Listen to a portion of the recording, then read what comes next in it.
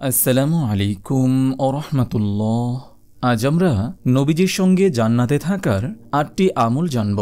তা হলো নম্বর ১, আল্লাহ ভীতির জীবন অবলম্বন করা।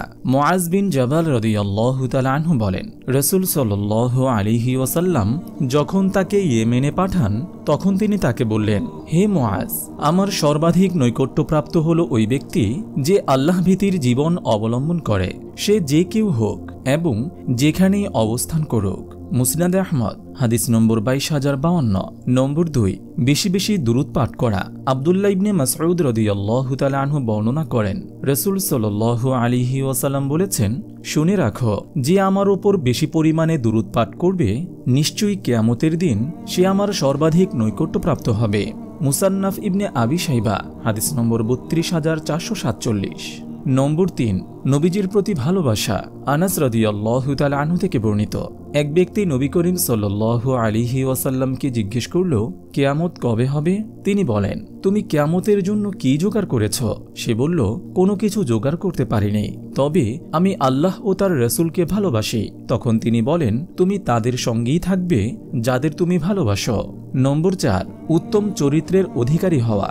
আব্দুল্লাহ ইবনে আমর রাদিয়াল্লাহু তাআলা আনহু বলেন, একবার রাসূল সাল্লাল্লাহু আলাইহি ওয়াসাল্লাম বললেন, আমি কি তোমাদের ওই ব্যক্তি সম্পর্কে অবগত করব না যে কিয়ামতের দিন আমার সবচেয়ে প্রিয় এবং সর্বাধিক নিকটবর্তী হবে? সাহাবায়ে কেরাম চুপ রইলেন। রাসূল সাল্লাল্লাহু আলাইহি ওয়াসাল্লাম একই প্রশ্ন করলেন ২ বা ৩ বার। তখন তারা বললেন, ইয়া রাসূলুল্লাহ, অবশ্যই বলুন। তিনি বললেন, সে হলো ওই ব্যক্তি যার চরিত্র সবচেয়ে সুন্দর। মুসনাদে আহমদ, হাদিস নম্বর ৬,৭৩৫। নম্বর ৫, বোনদের প্রতিপালন করা।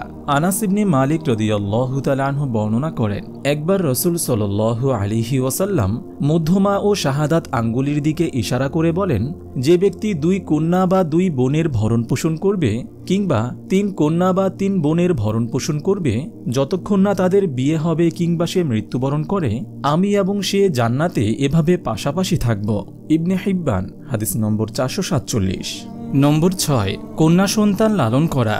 আনাস ইবনে মালিক রাদিয়াল্লাহু তাআলা আনহু বর্ণনা করেন, একদিন রাসূল সাল্লাল্লাহু আলাইহি ওয়াসাল্লাম বলেন, যে ব্যক্তি ২টি কন্যা সন্তানের ভরণপোষণ করবে আমি এবং সে এভাবে জান্নাতে থাকব, মধ্যমা ও শাহাদাত আঙ্গুল যেমন পাশাপাশি থাকে। তিরমিজি, হাদিস নম্বর ১৯১৪।